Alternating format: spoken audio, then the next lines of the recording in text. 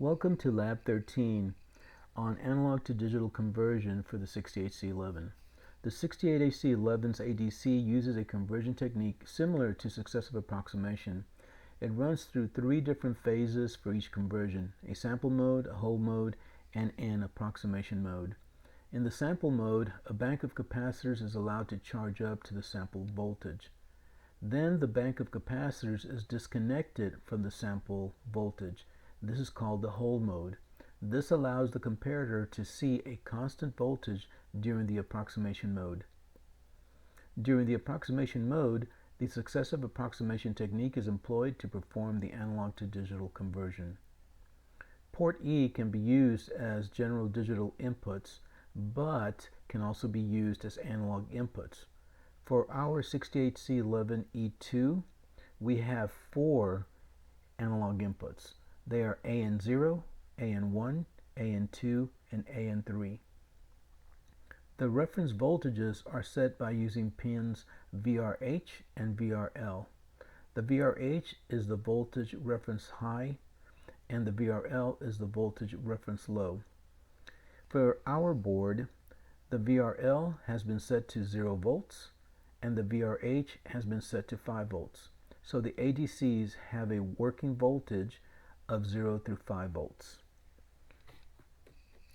The following are the registers associated with the ADC. They are the option register at address 1039 and the A to D control at 1030. Let's take a look at the option register. It has 2 bits that are of importance. The rest are not used. So bit D7 is the A to D power up. If we have a 0, the A to D will be powered down. If we have a 1 there, the A to D will be powered up. Then we have the clock select bit. If you have a 0 in this bit, the A to D and the EEPROM charge pumps use the system E clock. Placing a 1 here will have the A to D and the EEPROM charge pumps use an internal RC oscillator. Note, when using the MCU E clock, all switches and comparator operations are inherently synchronized to the main MCU clocks. This allows the comparator output to be sampled at relatively quiet times during the MCU clock cycles. Since the internal RC oscillator is asynchronous to the MCU clock, there is more error attributable to internal system clock noise, and accuracy is reduced slightly. Therefore, we will use the clock select with a bit 0 there. So we'll be using the system E clock. The A to D control has several bits. There are the CCF, which is the conversion complete flag. We have a scan bit, which does continuous scan control. The values that can be placed here are 0.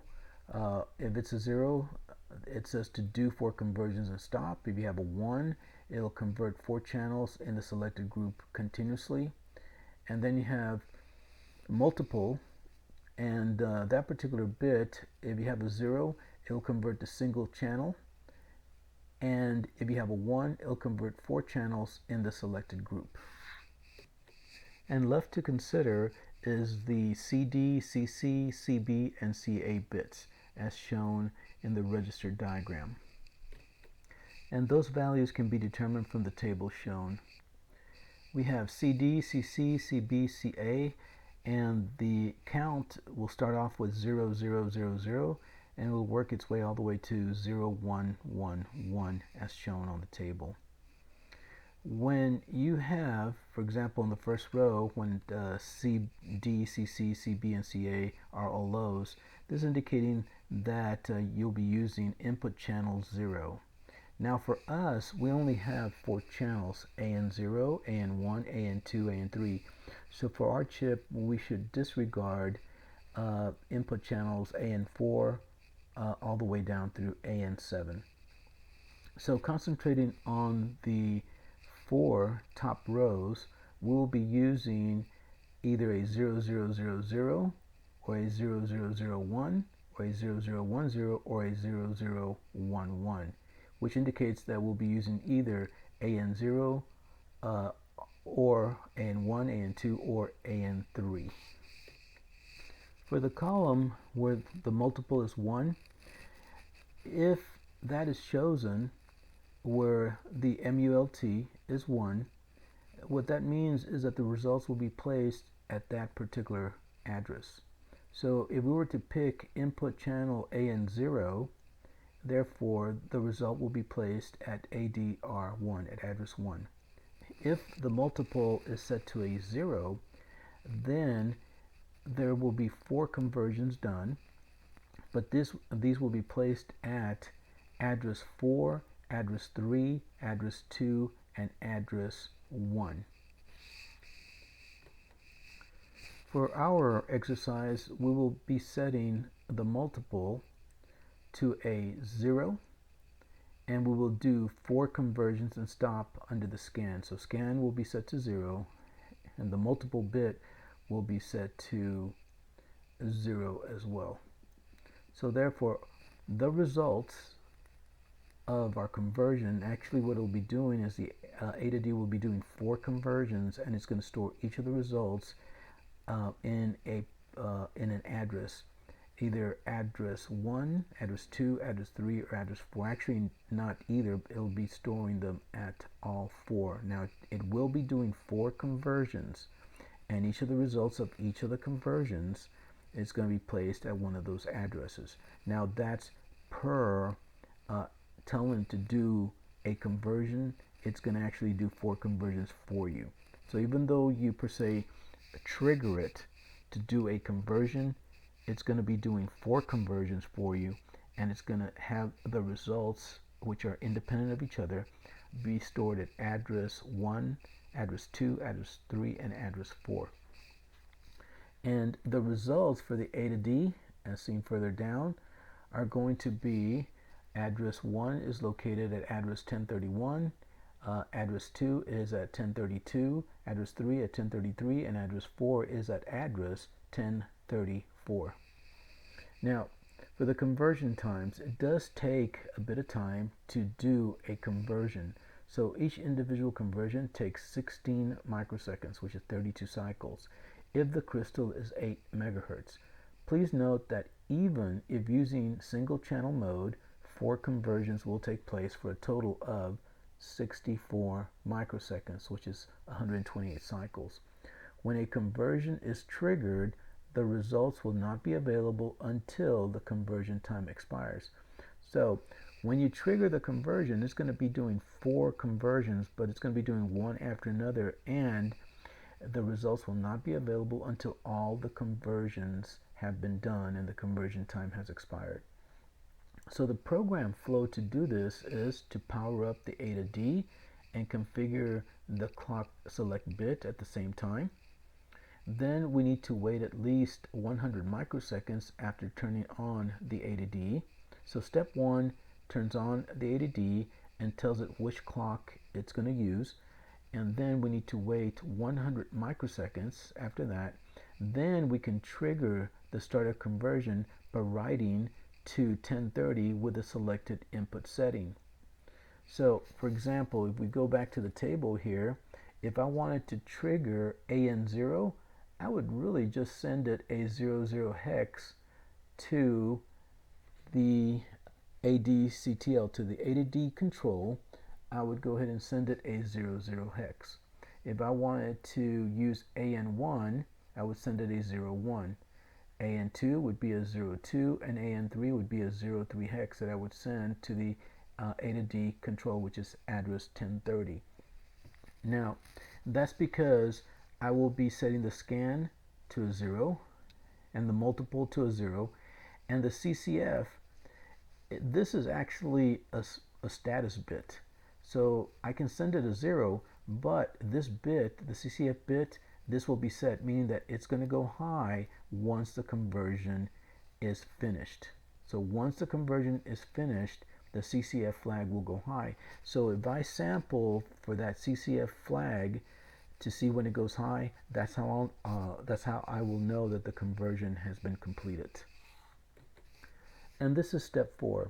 Check the CCF flag to see when it has gone high, indicating that the A to D conversions have been completed. And then finally, retrieve the results from the appropriate address. Now again, it's going to do 4 conversions for you. Even though you trigger it once, it's going to do automatically 4 conversions, and it's going to store all those 4 independent results at the addresses that we talked about at 1031, 1032, 1033, and 1034 hex. And this is from the previous page right there, A to D results. So for exercise 1, using JBug 11, manually trigger an A to D conversion on the selected analog input and view the results by using the list command. Now on the 68AC11 board, we're able to tap into the inputs for the A to D converter for the 68AC11, and these are found at this end of the board right there. Now I'm going to use analog input 3, so I will plug a wire in there. Now I could attach an external pot to be able to vary a voltage between 0 and 5 volts, but I have a pot that's already on board here. So what I will be using then is the V-adjust. There's a V-adjust pin right there. And so I will connect a jumper wire from the V-adjust all the way to analog input 3. And therefore, by adjusting our pot, our 10K pot up here, I will be able to control the voltage being sent to the A to D. And the top end of the pot is at 5 volts and the bottom end is at 0 volts. So the wiper will be able to go between 0 and 5 volts. And that's what I'll be sending to the A to D. The A to D again is configured to work between 0 and 5 volts. So therefore at one extreme, the A to D should give me a result of all lows, and then at the top end it should give me a result of all highs. We are now in JBug 11, so let's go ahead and play around with the A to D. So we're asked to trigger it to get a result from it. I've already wired AN3 to the V-adjust output, so therefore I'll be able to adjust the value between 0 and 5 volts. So the first thing is to start up the A to D. Now from our lab, the address for the A to D startup is 1039. So let's do that. And then to trigger it will be address 1030.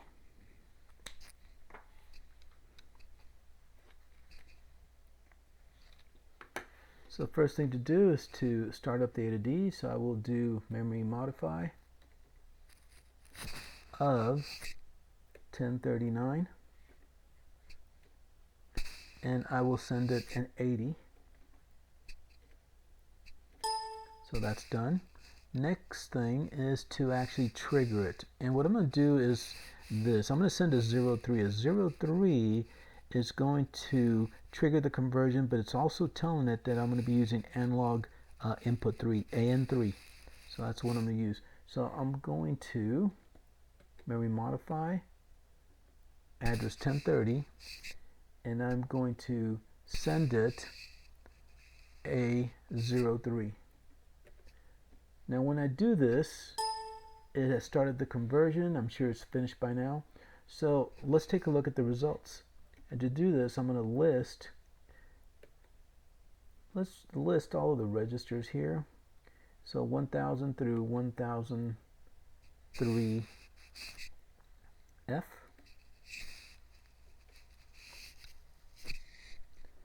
If we look at 1031, address 1031, we have a 01, then we have a 00, then a 02, and then a 00. All these are the results of the A to D. Now I'm going to move the pot to the other extreme. Now we should be seeing something close to FF. So again, I'm going to memory modify. Since I already powered up the A to D, I don't have to do that anymore. So I'm just going to go ahead and send it the trigger, which is going to be a 03 to address 1030. So it did another conversion. So again, let's list that range. And to make it a little bit easier, let's just do 1031 through 1034. And these are the results. It's all highs. Now, what if we move the pot somewhere halfway in between? Where would that be? Well, that would be somewhere maybe about right here. So let's trigger it again. Memory modify, address 1030, and I'm going to send it a 03. And I'm going to list 1031 through 1034. And this time I get pretty close. It's going to be an 83 hex, 8A hex, and an 84 hex. Now, remember that what we have going here is that it's an 8-bit A to D. And for an 8-bit A to D, we're going to be able to go between 0 and 255 base 10, which in hex would be 00 hex through FF hex.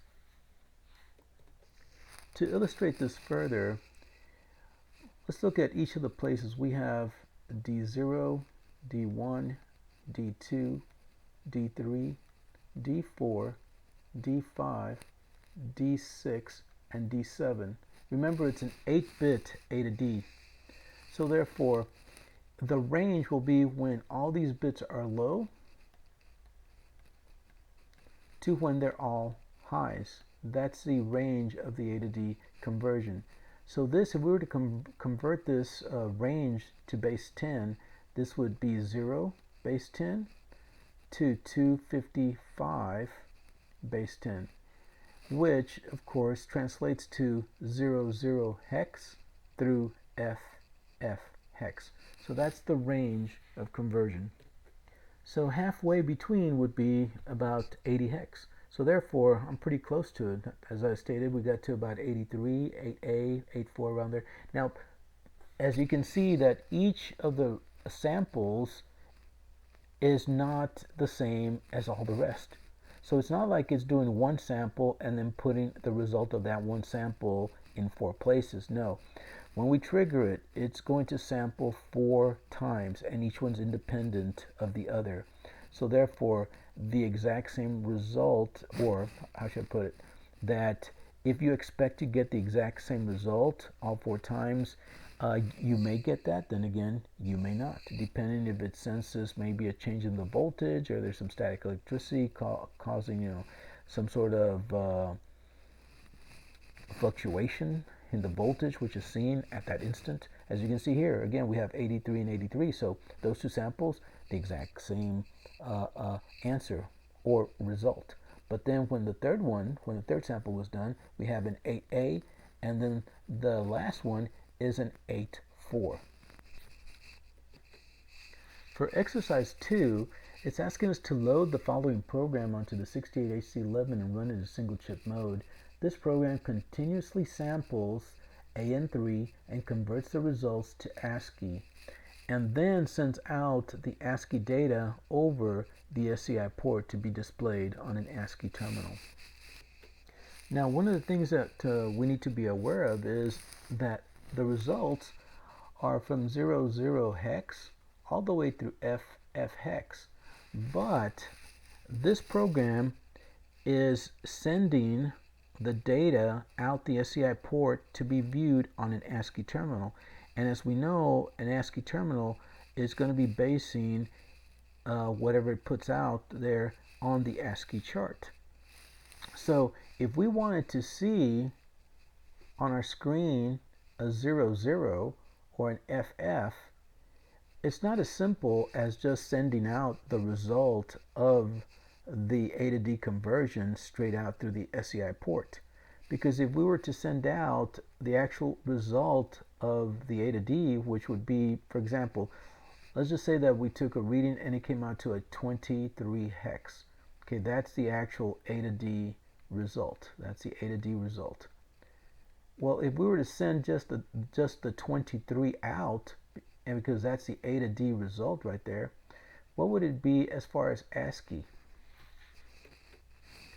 So looking at the ASCII chart, a 23 hex, if we follow it through, a 23 hex is a crosshash. So therefore, if we were to have sent out the 23, which is the result of the A to D, straight out to the ASCII terminal, on the ASCII terminal, we would see a crosshatch. Well, we don't want to see that. We want to actually see a 23.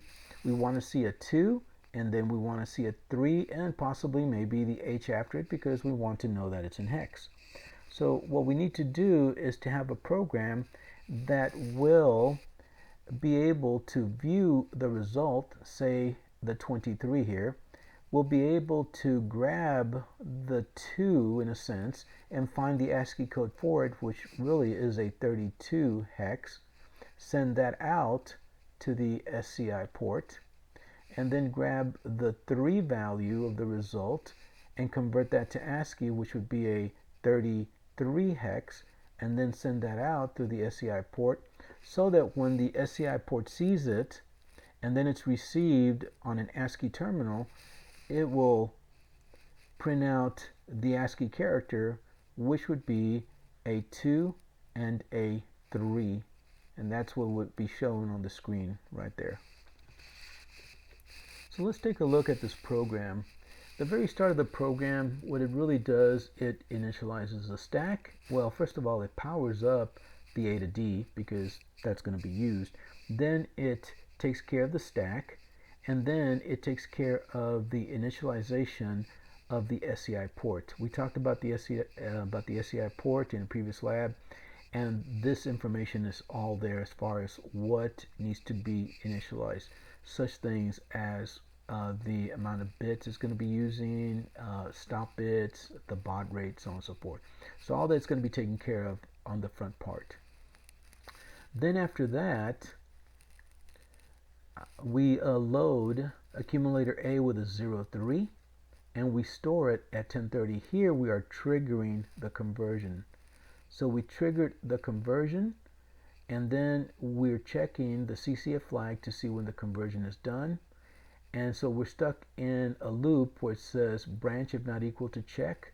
So it's going back to check, and it's going through here until that CCF flag goes high. Once it's high, it drops down to the next instruction, which we're loading accumulator A with a 00, and we're loading B with the results of the conversion. Now, granted, it did 4 conversions, but really all I need is 1, because all I want to do is to trigger a conversion. Granted, it's going to give me 4 results, but I'm only going to use one of the results.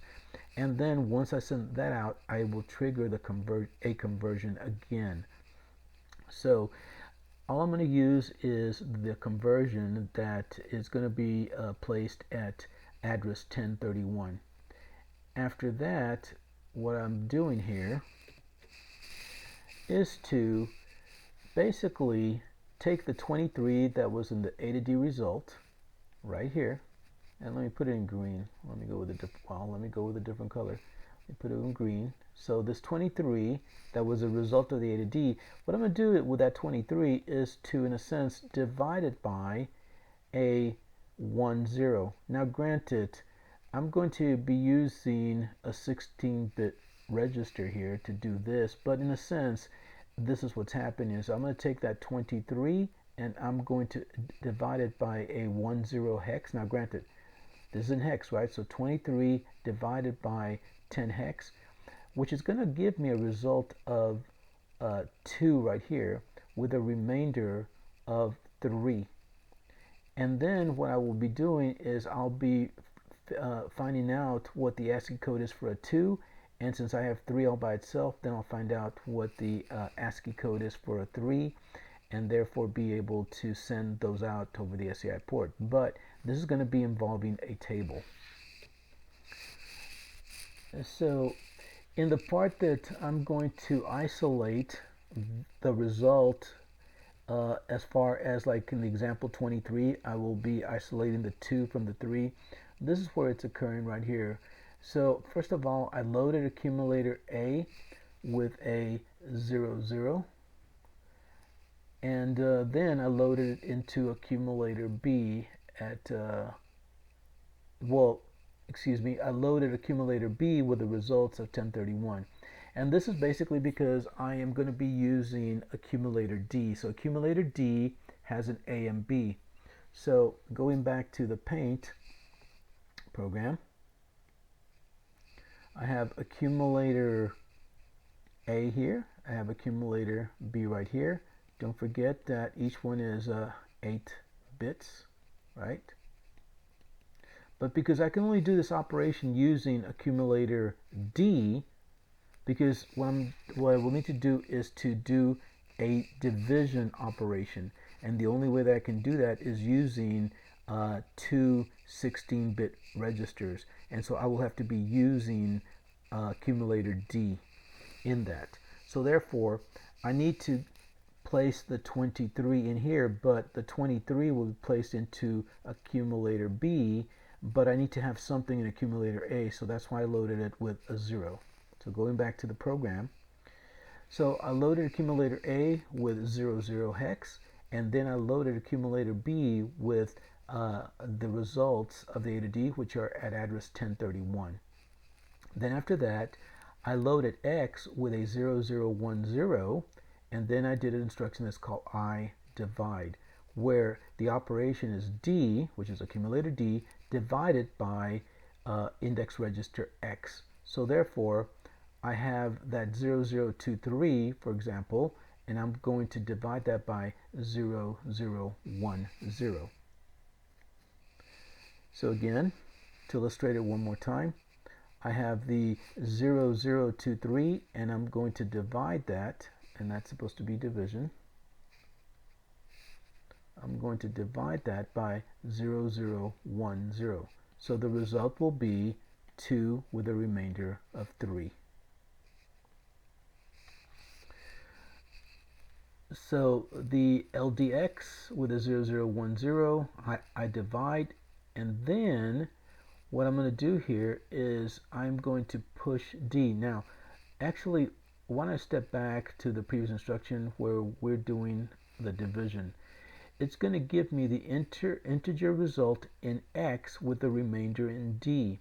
Now, one of the things is that I will still need to use both accumulator A and accumulator B and accumulator D. So the remainder that is currently in D, I need to store that somewhere. Now, I could store it in RAM, but I decided to just push it onto the stack. So that's why I did a push B right here. So I pushed the remainder onto the stack just to hold it there for a while until I need to retrieve it again. So right now, since I pushed X, then I am able to make use of accumulator D, and this is where the XGDX, exchange D with X. So therefore, I needed to perform this because of the other instructions that have to be done. So once I pushed the remainder onto the stack, then I did an exchange D with X. So therefore, if I exchange D with X, now I can go ahead to look at the next instruction, which is JSR lookup. And in JSR lookup here, if we go a bit further, there's a table. It says to load X with table, and I'm going to add B to X. This is setting up the address of the first display data. And then from there, I loaded accumulator A with X offset by 0, 0. And so this is getting the display data from the address, and then I do an RTS. Now here's that table where I have form constant bytes, everything from a 30 through a 46. You can see here that that is the ASCII code from 0 all the way through F. I want to go back just here just one more time to explain where the what the exchange was supposed to do.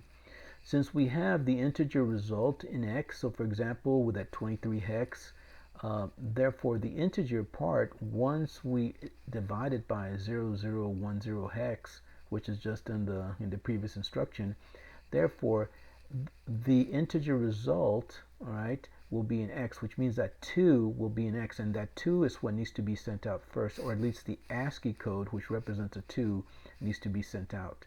So therefore, I did an exchange D with x. So now, since x had that 2, and then I did an exchange D with x, it's going to basically swap things out between D and x.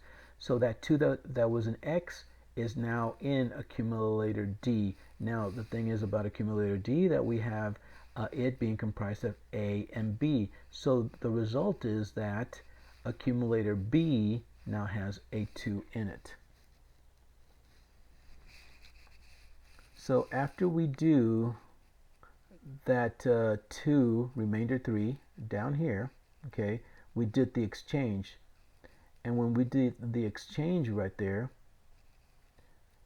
that 2 will now reside in accumulator D. But since accumulator D is both A and B, that 2 will reside in accumulator B. It'll have a 02 hex in there, and accumulator A will have a 00 in it.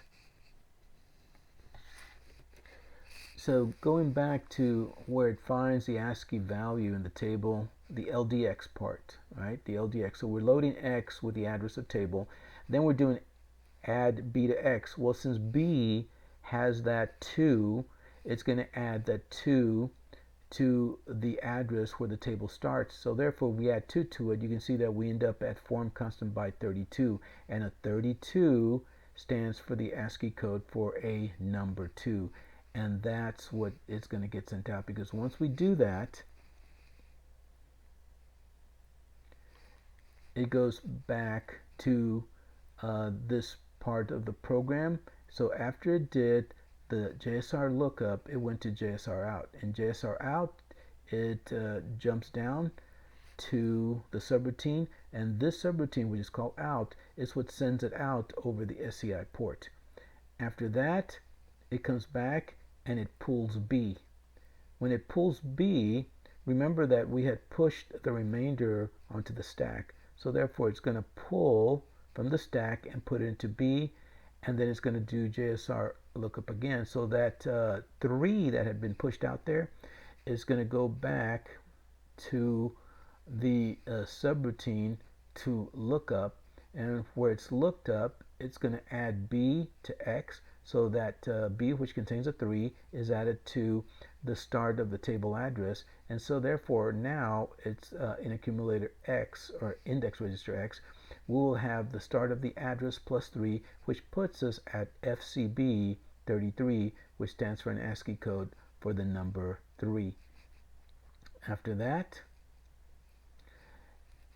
we do JSR out, which transmits it out over the SCI port, and then it comes back and loads accumulator A with a 20, which is a blank space, JSR out, so it sends that out over the SCI port. Then we send out a 48, which stands for a capital H, and that then it sends it out over the SCI port. Then we load accumulator A with a 65, which is a lowercase e. We send it out over the SCI. Then a 78, which is a letter X, and we send that out over the SCI port. Then we load a 0A and we load a 0D. That is a line feed and a carriage return. And then we tell it to jump back to repeat, which is where it takes another sample again, where it loads accumulator A with a 03 and it triggers the conversion. At the end of the program, we have an ORG FFFE so that we can run this in single chip mode with the FCB of F8 and 00. I'm starting up TerraTerm. Let me choose correct COM port, and let's take a look at the values. I have already loaded the program onto the 68C11, so I'm going to do a reset here in single chip mode, and we should get the hex values right there. And right now it's an 84 hex, and it's real time. You can see that the voltage that's being applied to the input is increasing because the hex values are increasing. And I can go to the very top end, which should be an FF hex. And so you can see that the voltage is increasing, the voltage is increasing. And here is the top end, it's at FF.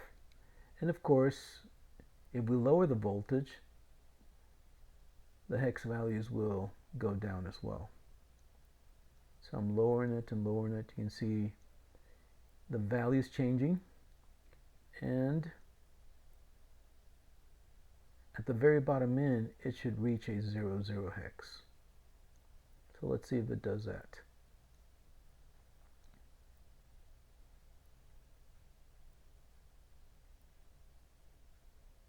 And there it is.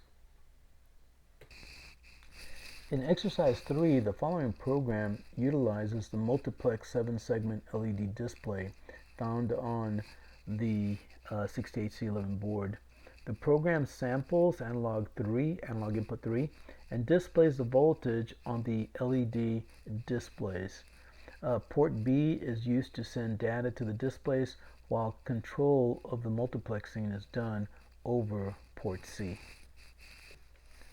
In taking a look at the board once more, we'll be using the 7-segment displays that you see down here on the bottom left. And you can see that they have some transistors there, a few resistors, a total of 3 of them. But on the connector right above, you can see where it says display 0, display 1, and display 2. In order to, per se, power up each of the 7-segment displays, we need to be able to control them by sending lows to these inserts on the connector. So I'm going to be using port C to control that. In looking back at the program, here at the very top of the program in the comments area, it says that display 0 is connected to PC0, display 1 at PC1, and display 2 at PC2. One other note to make is that you have a switch bank that was for the LEDs. That switch bank needs to be turned off completely, but the switch bank that's totally on the left, which is for the 7 segments, those would need to be turned on. Now, one of the things that this program does, and I don't know if I emphasized it enough here at the beginning, but at the very top where it talks about exercise 3, is that the displays, okay, or the wholeness of the display is going to show the voltage, all right? It's going to show the voltage, not going to show the result of the A to D. It's going to show what the voltage is. That means it's going to be a voltage between 0 and 5 volts. Here we should probably spend a little time and just take a look at some of the parameters of A to D. One is called resolution. So what is resolution? Resolution is basically how fine a slice, okay, you have that you're trying to bend an analog voltage into. Now, granted, everybody should have already had a digital course where this was taught. So this should hopefully just be a refresher. But resolution, as far as an equation, is 2 to the nth, where n is the number of bits of the A to D. Well, our A to D is an 8-bit analog to digital converter. So therefore, if we do 2 to the 8th, we have 256. So what this means, in a sense, in general, is that you're going to have, or you will have, 256 bins or slices with which you're trying to take the analog voltage at that instant and put it into. So if we were to have, say for example, this line right here with 0 volts at the bottom and 5 volts at the top, we're going to slice this down into bins or slices, but there's going to be 256 of them. And a voltage, say we were to show a sine wave, something like this, and if we took a sample of the voltage at that instant, we would try to bend it into an area. So that would fall into that bin. The voltage here would fall into that bin, for example. The voltage at this instant would fall into that bin, and so on and so forth. Now, what is the voltage resolution? Well, that's the span of the bin as to how much voltage range it has in one bin. So voltage resolution is the other important value, and that's going to be your input voltage span. So let's just say input voltage span divided by 2 to the nth minus 1. So therefore, the input voltage span, our A to D works between 0 and 5 volts, so the span is 5 volts. If it worked between 1 and 5 volts, the span would be 4 volts. If it worked from negative 5 to positive 5, the span would be 10 volts. But again, since ours works between 0 and 5 volts, the span would be 5 volts. And therefore 2 to the nth minus 1, well, 2 to the nth is 256, minus 1 is 255. And now the math would be something like about 19.6 millivolts. That's supposed to be a V per bit. So millivolts per bit. That's how much each bin is worth. So therefore, in order for something to be binned into the next bin, for example, then you would have to have a change of about 19.6 millivolts in order to go from one bin to the other. Now, the issue here is that we're not going to take the result of the A to D directly and just put it to the displays because we want to show voltage, right? So therefore, we need to do something here. So for example, if we arrived at a 23 hex, just like in the previous example, say if the result of the A to D was 23 hex, well, we want to display that as a voltage. So therefore, to figure out what the voltage is, we could take 23 hex times the voltage resolution. And since we figured that out right above there, we could say that if we have a 23 hex, that the voltage that we should see would be 0.686, and that's volts. So what I want to display is this result. That's what I want to show on there. So one of the things that has to happen is whatever value I arrived at in the result, which would be here, I need to multiply that times the voltage resolution, which is that right there. So that needs to happen inside of the microcontroller in the programming. So I have to take the result times 19.6 millivolts, and then that would give me the result as a voltage, and then the voltage value that I arrive at would be what would be actually sent to port B to be shown on the 7-segment displays. Well, let's take a look at the board one more time. There's another facet that needs to be talked about. The thing about it is that the displays down here, they're multiplexed. They're a multiplexed scheme, right? And so which means is that each one of these is going to be turned on, okay, in a sequence in respect to the others. So for example, we might turn on display here. We'll call that the first one. This is the second one, and this is the third one. But we'll turn on the first one for an instant, then turn it off. Then turn on the second one for an instant, then turn it off. And then the third one for an instant and turn it off. And then repeat the process over and over. All the while, of course, sending out the values that we need to see on the display itself. So for example, if I wanted to see something like 1.03 as far as what the reading should be, then I have to get whatever value is for a 1, send it out to the first display, flash it for an instant, then grab a 0, send that out to the second display for an instant, then grab the 3 and send it out to the third display for an instant, and then repeat that process over and over.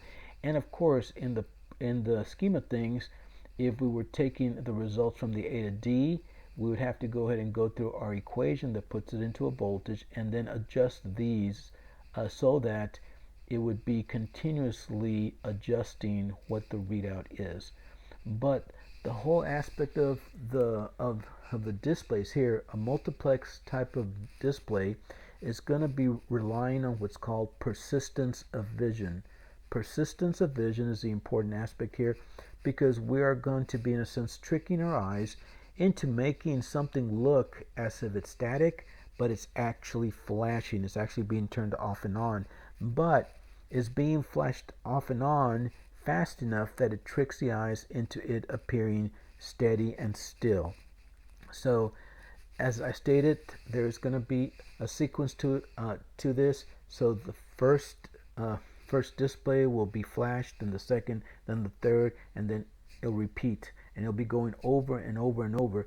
And basically, the rate of the flashing here will be 30 frames per second, or each of the displays will be flashed at 30 times per second. So let's go back to the code and see how this operates. But first of all, we went ahead and powered up the A to D at the top. We initialized the stack, and then we wanted to basically have all of the displays be blank. So therefore, we sent them all highs, because the type of displays that we're using here are common anode. So the common anodes, if you send lows, the LEDs will be on. So therefore, we're sending high. So we send it an FF, and we stored that at port B. And so, and then we took care of setting port C to be an output port, because we're going to have to control the pins of display 0, display 1, and display 2 on the connector. And we're going to be sending lows to that in order to turn on the 7-segment displays. But again, we're going to be turning them on just for an instant and in a sequence in order to flash them. Alright, so then we triggered a conversion at analog input 3, and then we check to see when the CCF flag has gone high. Once it's gone high, we're able to take a reading. So then we loaded accumulator A with the contents of 1031. So we're retrieving the results of the A to D. Then we loaded accumulator B with C4, and this represents 196 base 10. Now, the interesting thing here is that I really don't have any way of inputting something like 0.0196 volts. So I'm just putting in a 196, and then at the end I will basically, in a sense, place the point where I want on the readout. And so from the perspective of the end user, they won't know what's going on inside the code. All they'll know is that they're getting the proper value on the readout. So I loaded accumulator B again with a C4, which represents the 196 base 10. Then I multiplied. Again, why? Because I need to take the result and I need to go ahead and have that times the 196 in order to get to, per se, a voltage value. And once I did that, I loaded X with 2710 hex, which represents 10,000 base 10. And then what I did an I divide. This is where D is going to be divided by X. Now, D is the result of the A to D times 196, and now I'm going to take that and divide it by 10,000. Because why? Because I want to isolate the most significant base 10 value, in a sense, or in other words, I want to isolate the most significant value. And so once I isolate that, I do a push A and a push B because of the remainder being in D, and then I exchange D with X, and then I load X with table, I add B to X, and then I load A with the contents of X offset by 0, 0, and then I ended with a 7F. Now, after that, I store accumulator A at 0, 0, 0, 0. Now, this right here is a RAM address. This is a RAM address. And so what I'm doing here is I am loading that first value of the voltage, or the most significant value. Like, for example, I had used a 1.0 or a 103. So I want to show 1 volt, okay, or 1.03 volts on the output. So therefore, what I'm doing is I'm sending the value or the value for the 7-segment display, which would show a 1. Okay, so I'm grabbing that value and placing it in RAM at address 0000. Then I do the same type of a scheme again. I pull B, pull A, because I'm getting the remainder, but now I'm going to divide that by 1000 to get the next integer value out, which in this, if we follow the example of 1.03 volts, that would be a 0. But again, the value that I pull out is not the actual value that's going to be sent to port B to the 7 segment, because again, I need to have the proper code value for the 7 segments, which represents, or which will be seen as a 0 at the output. So therefore, that's why I have a table towards the end of this program. But I take that, I divide it by 1000, then I do an I divide, where again I will be seeing a remainder, and I'm going to push that onto the stack. Then I do an exchange D with X, and then I load X with the address of table. I add B to X, and again I'm going to the table because I need to get those values which represent the numbers, okay, that will be seen on the 7-segment display. And then I store that value at RAM address of 0001.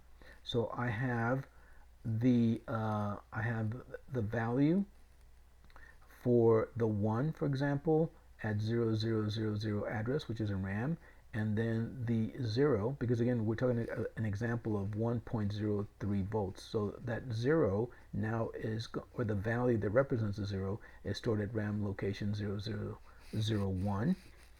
And going further down,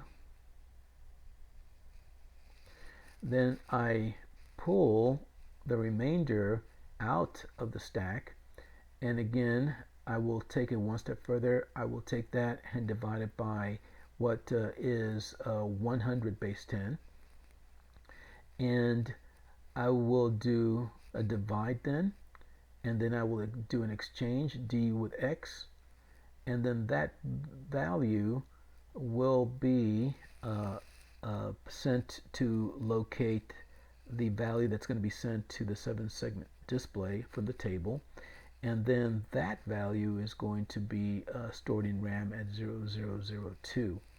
So now I have off the table all 3 values which will represent on the 7-segment displays a 1.03 volts.